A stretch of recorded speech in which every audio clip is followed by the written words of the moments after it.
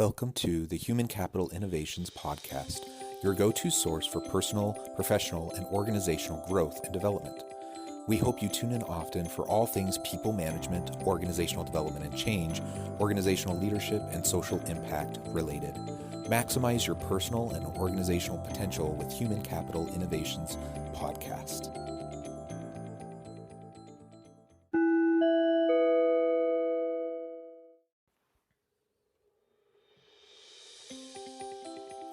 Welcome to the Human Capital Innovations Podcast.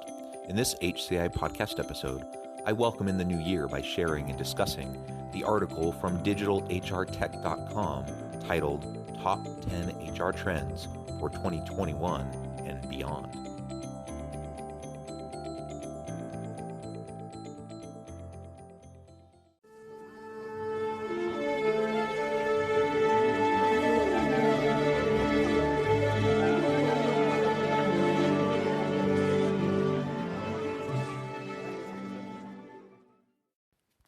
Welcome back to the Human Capital Innovations Podcast, and Happy New Year. I hope all of you enjoyed time with friends and family, with appropriate social distancing, of course, to celebrate and ring in the new year. I know it was a little bit different for me and my family yesterday as we celebrated on New Year's Eve, and it really was just us, but we enjoyed a family game and a family movie and lots of treats, and we had a great time. I hope that each of you were able to similarly do something within the constraints that we're in to celebrate and ring out the old year and bring in the new. I think New Year's is always a great opportunity to reflect upon where we've been and where we're going.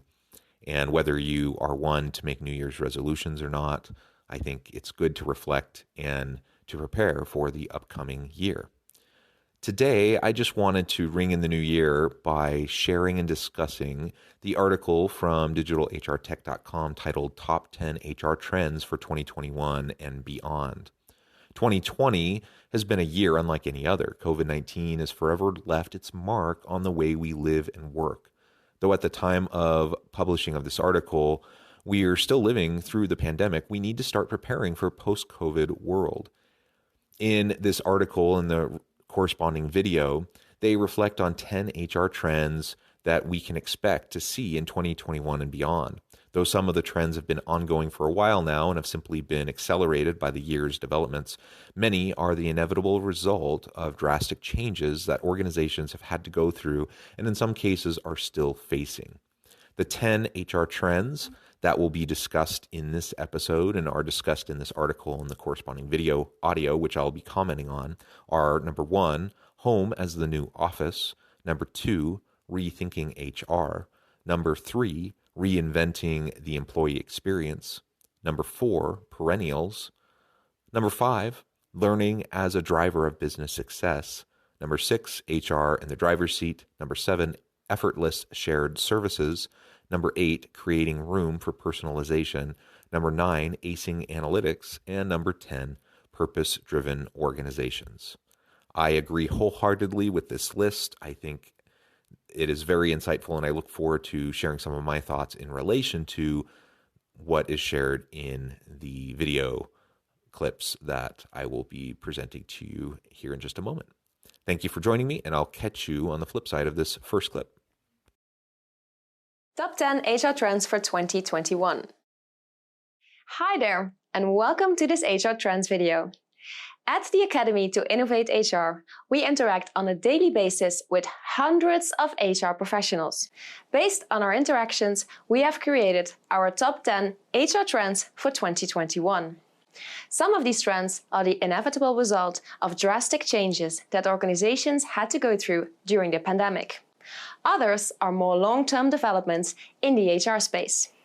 Each will, however, create a lasting impact on how we manage people and how we work as a partner of the business. I'm excited to get started, so if you're ready, I'd say let's dive in. Home as the new office. One of the most visible changes in 2020 was the global overnight shift to remote work for much of the workforce. In recent years, many of us have been getting used to working from home, but only few organizations were really ready to go fully remote in a matter of days.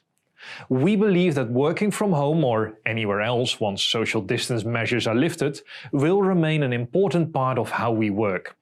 Companies like Twitter, Square and Capital One recently announced that working from home is there to stay, even post-COVID. Microsoft has also unveiled plans to adopt a hybrid workplace, which offers employees greater flexibility once the pandemic subsides. Work from home arrangements have become incredibly common during this year of the COVID pandemic. As was mentioned in the clip, this is not necessarily new. People have been working from home and working with virtual arrangements for a long time. But the level and scale at which people started working from home during the pandemic was unprecedented. And the question is, now that we've experienced it, now that we've had the growing pains associated with it, and we've more or less figured it out, and organizations have learned how to make it work effectively, will we go back? Will we go back to the traditional workplace? Will we maintain a largely virtual work from home kind of workforce? Or will there be some sort of a hybrid approach? And the fact of the matter is, I'm sure there will be organizations that do all three. But I do think that the hybrid approach will become far more common. In my own research, I've found that to be true. I've recently published an article on HR.com where we interviewed about 600 different professionals, most of which were in the UK and the US. And the vast majority of them said that they preferred working in a hybrid environment where they could have the work from home virtual flexibility while also still being able to go into the office 1 or 2 days a week to see people, hold meetings, and really have the best of both worlds. So I truly expect for us to see the pendulum swing a little bit further back towards hybrid and more work in the office kind of situations, but we're going to be much further on that other end of the spectrum than we were pre-pandemic. And I think ultimately that's a good thing. Rethinking HR. A logical consequence of the increase in at-home workers, apart from a spike in office furniture sales and Zoom accounts, is the push for HR to rethink many of its practices. Activities like recruiting, onboarding, performance management, and even firing decisions have relied on in-person conversations. HR needs to reinvent current practices to effectively deal with these situations in a digital world. More fundamentally, the way we have designed and structured our organization will have to change. Many companies have already made use of online tools to foster a culture of togetherness, despite the physical distance. Virtual happy hours have started to replace after-work socializing. Regular departmental check-ins have become increasingly important. In the coming year, we may see companies beginning to test additional virtual, structured experiences to simulate the camaraderie and exploration that was once only possible organically. I think HR has been in the situation where they've needed to reinvent themselves for quite a long time. And really, as noted in the first clip, the pandemic really just accelerated the process at which we started to embrace these kinds of shifts. So the reinvention that needs to occur, that's been present for at least the last decade. HR becoming more strategic, becoming a more vocal partner at the table where decisions are made in the C-suite, HR embracing things like employee analytics and other such topics, some of which are actually explored further down this list. Ultimately, HR has needed to reinvent itself for a while, and many organizations, the most progressive organizations, have been doing just that.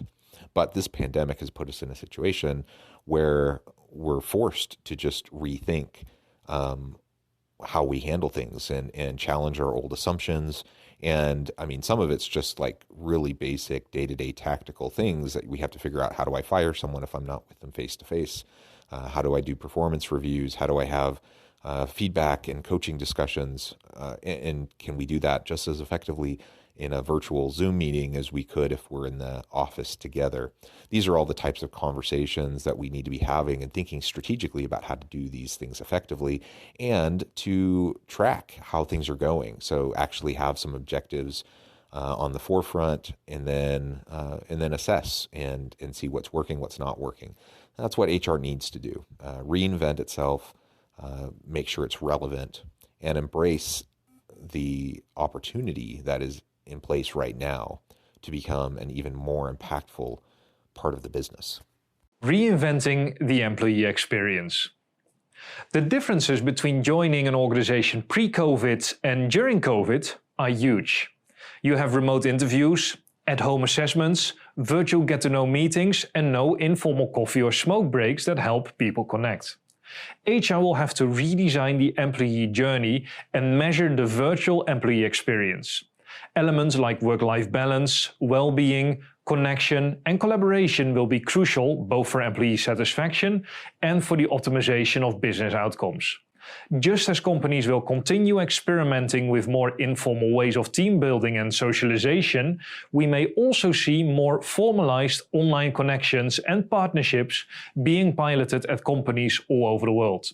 For example, conferences now offer networking opportunities online. Organizations could use virtual job shadowing for new hires over Zoom, or participate in rotating online buddy systems which help people connect and stay engaged.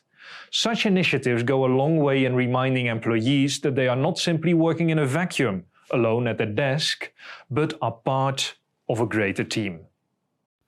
One of the elements of HR that needs to be reinvented is how we handle the employee experience, all the way from recruitment and the selection process, interviewing and onboarding, through ongoing training and development of the employees and providing other employee services. And, do we employ a self-service center? How do employees get the help they need if there's not an HR department they can go walk into? Do they just have to set up a Zoom meeting? Do they just make a phone call? Is there just online tech support for the service center? What does the employee experience look like? What do we want it to look like moving into the future? Again, it's an incredible opportunity right now to challenge assumptions and to rethink what we have always meant by the employee experience and really what it should be moving forward. How can we leverage technology and leverage the virtual space in order to enhance the employee experience, to give them the best of every kind of situation, where they have the flexibility. There's so much research to show, for example, work from home and schedule flexibility are vital and key indicators of employee experience and satisfaction and engagement. And the pandemic, with all of its challenges, has also provided more flexibility, autonomy, and opportunity to deal with family circumstances while still doing their work. It's never been greater to be able to do that. So I think organizations definitely need to consider what is most valuable to them in communicating employee experience to their new employees, to their existing employees, and how leadership throughout the organization can really frame that for everybody. Perennials, moving beyond generations. In the past decade, we have focused a lot on what separates the different generations in the workforce. Gen X, Y, and Z have all been analyzed, written, and talked about extensively. Scientific proof of intergenerational differences, however, remains slim. In fact, research increasingly shows that generational differences related to people's view on work and life aren't as big as we initially thought. What people want from their working life, purpose, good leaders, and professional growth, doesn't differ all that much from one generation to another. We believe we'll move beyond generations and see an increased focus on perennials, a term first mentioned by Gina Pell. Perennials, as she puts it, are a group of people of all ages, stripes, and types who go beyond stereotypes and make connections with each other and the world around them. To understand our workforce, we should look beyond group differences and gather insights on the interests, values, and aspirations of individual employees. This will also enable us to personalize how we manage people as HR professionals. I really like this one because while I think it's helpful to think about stereotypical kind of differences across generations, as a quick way to understand how different populations might interact, those stereotypes are obviously overly simplistic and they don't hold true for everybody. So there's been a certain value in dissecting differences between baby boomers and Gen X and millennials and Gen Z. And I think there's still some level of value in understanding, for example, what really motivates Gen Z workers, perhaps differently than Gen Xers. But the reality is we're complex, and the reality is that we all are a mix of different motivators, different backgrounds, and just because we're within a certain age cohort doesn't necessarily mean anything. So as we start to think more inclusively about perennials and just understanding how important it is to create an inclusive work atmosphere where everyone can interact effectively with each other, regardless of age, regardless of gender, regardless of race, ethnicity, regardless of age cohort, right? That everyone can learn to function effectively together. If that's the goal of the organization, then I think that's a win. And I think that's something we can strive for in 2021. Learning as a driver of business success. Pre-COVID, there was already a strong need for upskilling the workforce. This need has only become more apparent. Unfortunately, in the search for HR professionals with future-oriented skills, it is slim pickings. Rather than continuously searching for new talent, the most efficient way is to upskill your HR team, ensuring they have the expertise to secure success in a changing future. For HR, we have identified 3 key capabilities. Data literacy. HR professionals need the ability to make data-driven and evidence-based decisions in order to be true business partners. This involves the ability to read, understand, create, and communicate data as information to influence decision makers. Business acumen. HR professionals in all industries need to improve their business acumen. They need to understand the business, its strategy, its customers, and its context. Only when they have a deep understanding of the business will HR be able to add the maximum value. And third, digital integration. Digital HR offers the opportunity to drive HR efficiencies, deliver the HR strategy, and drive business impact through technology. In our experience, this is one of the biggest skill gaps in HR, and one that has become even more pressing in this new and more remote reality. Yes, absolutely. Reskilling and upskilling the workforce has been key and on the forefront of, I think, most organizational leaders' minds really for the last decade, as we've seen baby boomers reaching retirement age and exiting the workforce. We need to have transfer of knowledge and understanding and skill to the younger generations who are picking up the mantle and continuing on in the labor force to help organizations be successful. But there's also just all of the new disruptive technologies, and so many of the jobs of yesterday won't continue to exist tomorrow, or they'll be reshaped and reframed, and they'll require new skills. So organizations need to learn how to reskill and upskill their people. And ultimately, we just need to learn to have a learning organization. We need to have a culture of continuous learning, a culture of growth and continuous stretching of our own capabilities.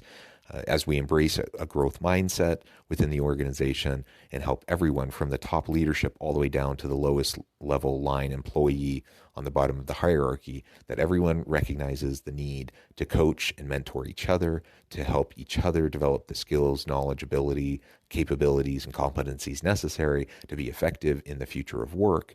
As this happens, then that gives organizations the best chance to pivot and to adapt as necessary in the future of work to continue to bring value to the marketplace.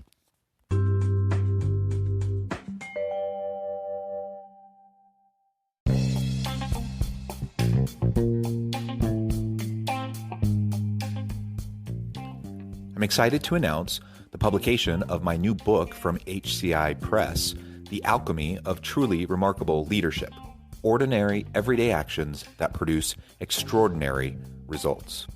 Consider how the nature of work has shifted over the past 50 years. With increased globalization, rapid technological advancement, and the shift in economic composition, the average job of today looks very different than the average job of 50 years ago. What will the jobs and organizations of tomorrow look like? Moreover, what does this all mean for organizational leaders? What are the core competencies and capabilities of organizations and their leadership that are prepared for continued disruption and geopolitical and socioeconomic shifts? Regardless of what the future holds, increasingly, leaders need to be socially minded, data-driven, decisive, champions of talent, and disruptors of the traditional notions of leadership, teams, organizations, and work. The alchemy of truly remarkable leadership will help you to explore your own leadership competencies and capabilities and consider ways to apply and implement them into your workplace and personal life.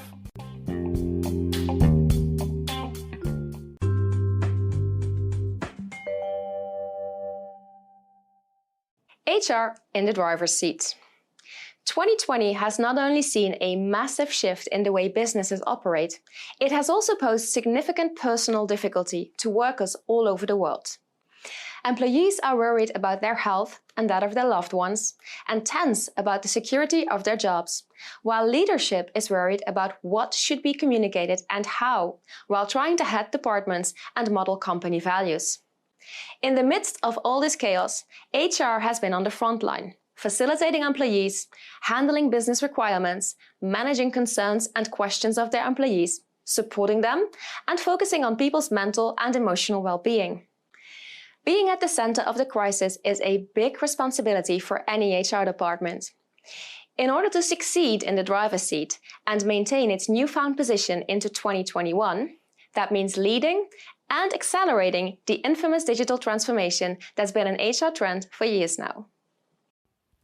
The pandemic has definitely highlighted the necessity of effective HR to communicate company policies, to lead on people strategy throughout the organization.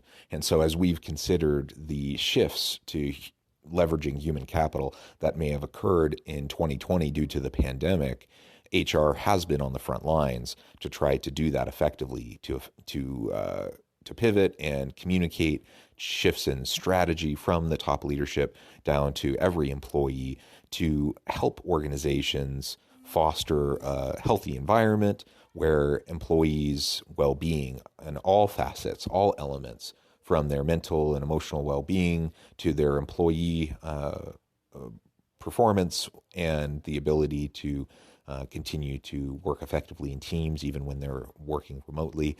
HR has played a top role, and I think the pandemic has just highlighted how important HR has been and really should have been all along, and sometimes has taken a back seat to some of the other functional areas of a business.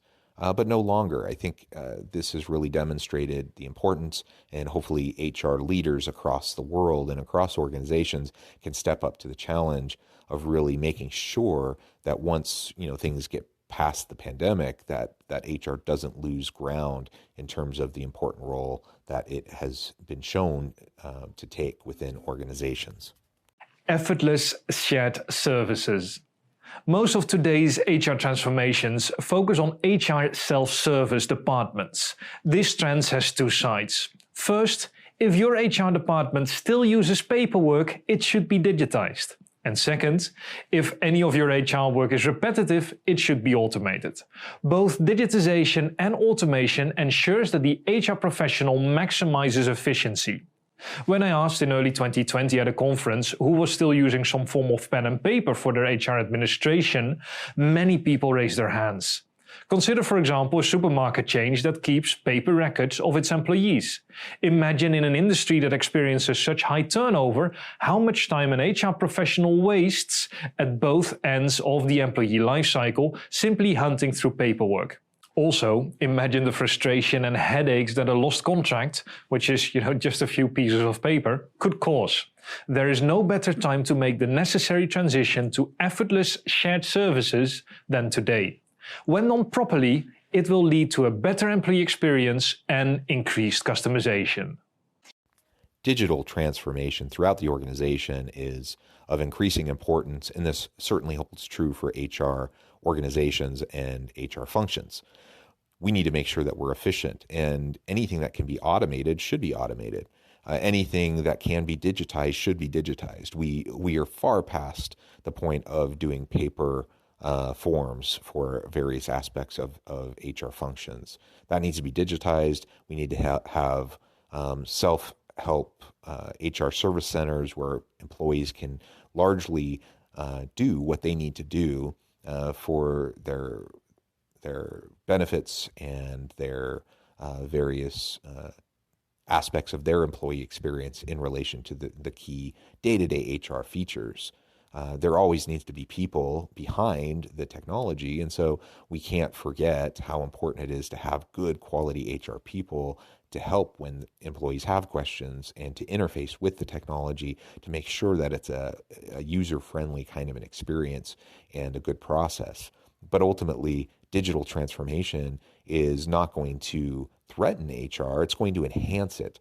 As we can truly learn to embrace these technologies and the digital transformation, HR will be even more relevant, and it'll free up opportunity and time for HR people to be more strategic, to be strategic business partners within the organization to help leaders across the organization do the HR aspects of their jobs in a much more effective manner.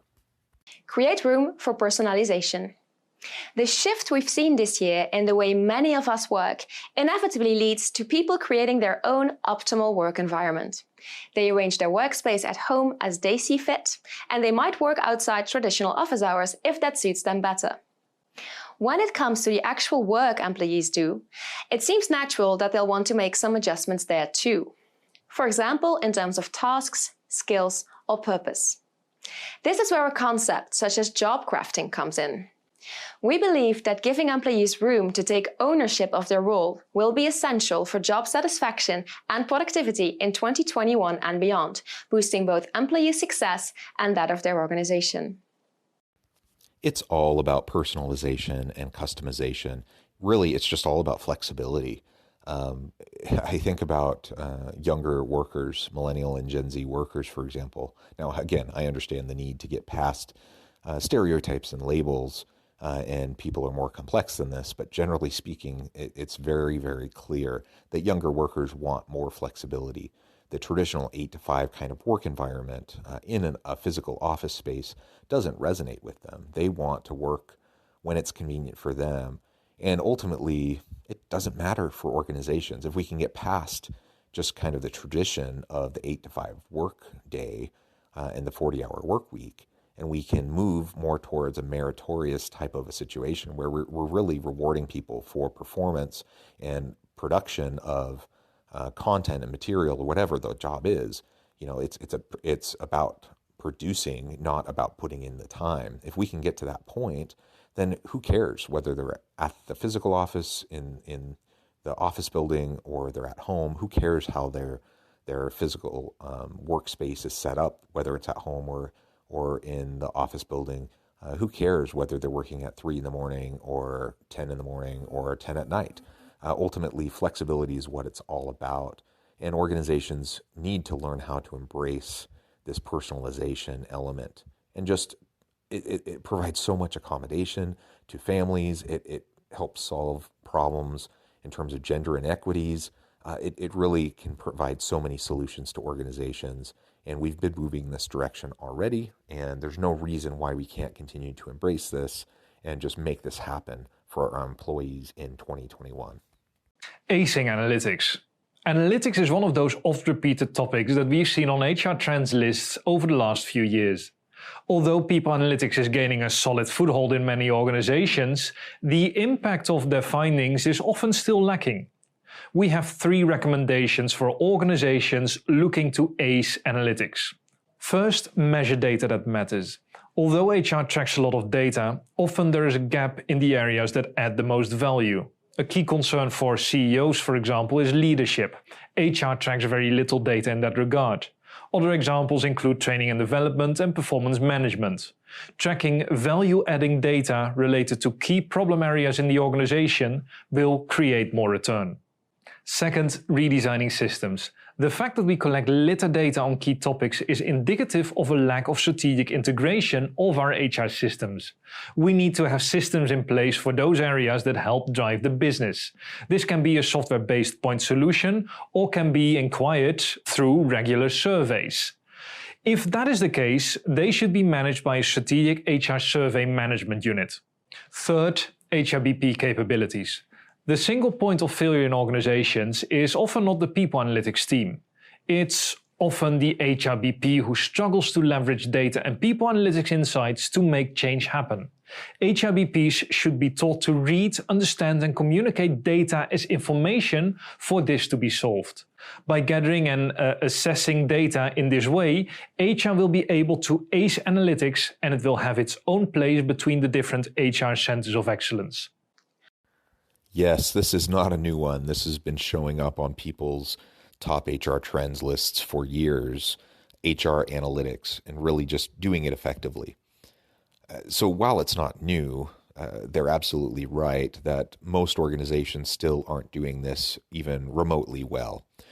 Most HR people, frankly, particularly those who have been in their roles and positions for many, many years, frankly, they weren't trained in HR analytics. And many people actually got into the HR profession because they didn't want to deal with the more technical side of things.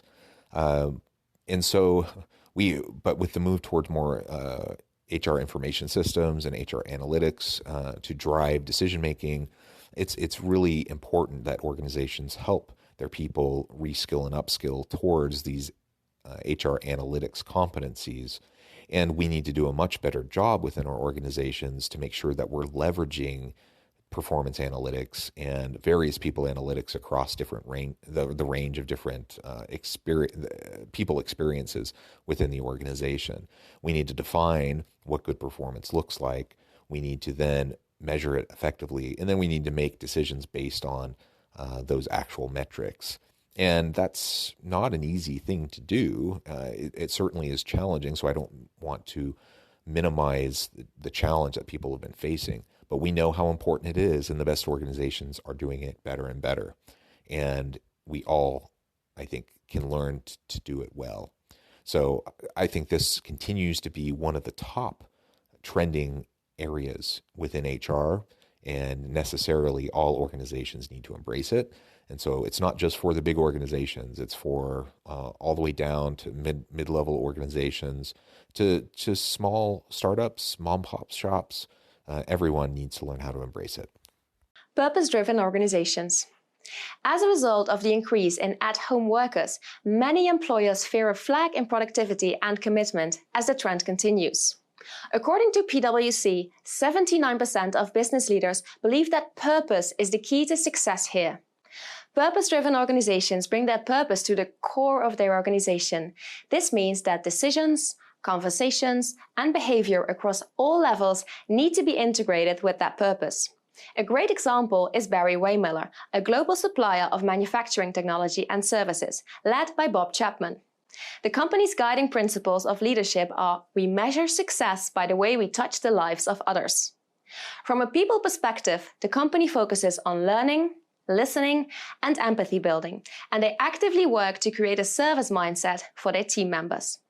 Other interventions include value-based recruitment. Organizations that do this assess to what degree the values of a candidate align with their organizational values. HR professionals play an important role in integrating these practices and in continuously reinforcing them.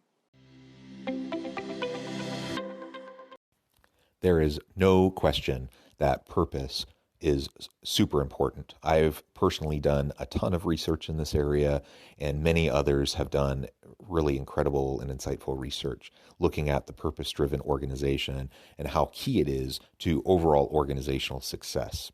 And while this has always been important, it's as important as it has ever been during this pandemic, because people are more remote, people are more socially distanced and separated, and people need to find meaning and purpose in what they're doing. And sometimes that can be a little bit harder to do when you're not in a physical workspace where you can feel the energy of your coworkers, where you can see the symbols of the business. And, you know, if the organization has a great mission and a great vision, and they do really great work in the community, and they're a social enterprise doing making a real important social impact in the world, you know, sometimes those elements won't always automatically translate over well into a work from home virtual kind of work environment where people are separate. And so it's important to get past those kind of organizational level purposes Those are important, don't get me wrong. We still need to continue to have good mission and vision statements. I'm all about social enterprise and about social impact work within organizations. That's all important, and that can still happen at the organizational level. And we can learn how to do that more effectively down the line, even with a virtual workforce. But the research also shows that we need to tap into the individual purpose of each employee. Each employee has their own driving purpose. They have their own reasons for being in their profession, working for that particular organization. We need to learn what those really driving motivators are, what their key purpose is, tap into it, and then help support them in really living that purpose and carrying that out in their work at least a little bit each and every day. Now, all of us do things in our jobs that we probably don't love. So I'm not saying we need to create jobs that only people love every second of their job every day. That's kind of silly. But we certainly can tap better into individualized purpose of each person. I think that's something that we've known for a long time, and some organizations have done better at it than others. Now that we're working in remote kind of work from home environments even more, it has greater importance. Really, I think this list of top 10 trends to see in 2021 and beyond is really apt. I think it summarizes well what we've seen in terms of shifts over the past year and even last several years, and helps us think about how things are going to continue to shift and pivot moving into the future. So I see these 10 trends going well beyond just 2021. Really over the next 5-10 years, we're going to continue to see this. We're going to continue to see technological disruptions shifting the very nature of work itself, the employee-employer experience, and how they connect with each other, how we even define employees, what work looks like, what our jobs look like, how we define them, what our roles are. All of these elements are going to continue to shift, and it's up to organizations to figure out how to navigate that. And I think that's our tremendous opportunity moving into 2021. As always, thank you for joining me for this episode of the Human Capital Innovations Podcast. It's a pleasure being with you again today, and I hope you're enjoying the new year. As always, I hope you stay healthy and safe, that you can find meaning and purpose at work each and every day, and I hope you have a great week.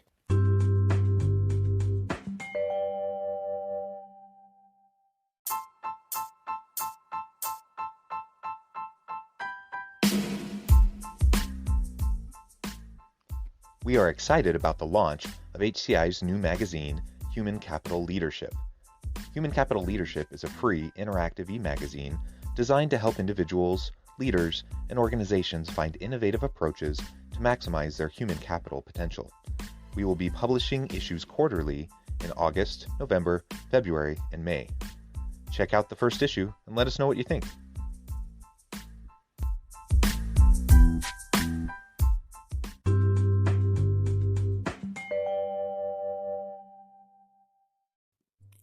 Thanks again for joining us for this episode of the Human Capital Innovations Podcast. I hope you stay healthy and safe and that you have a great week.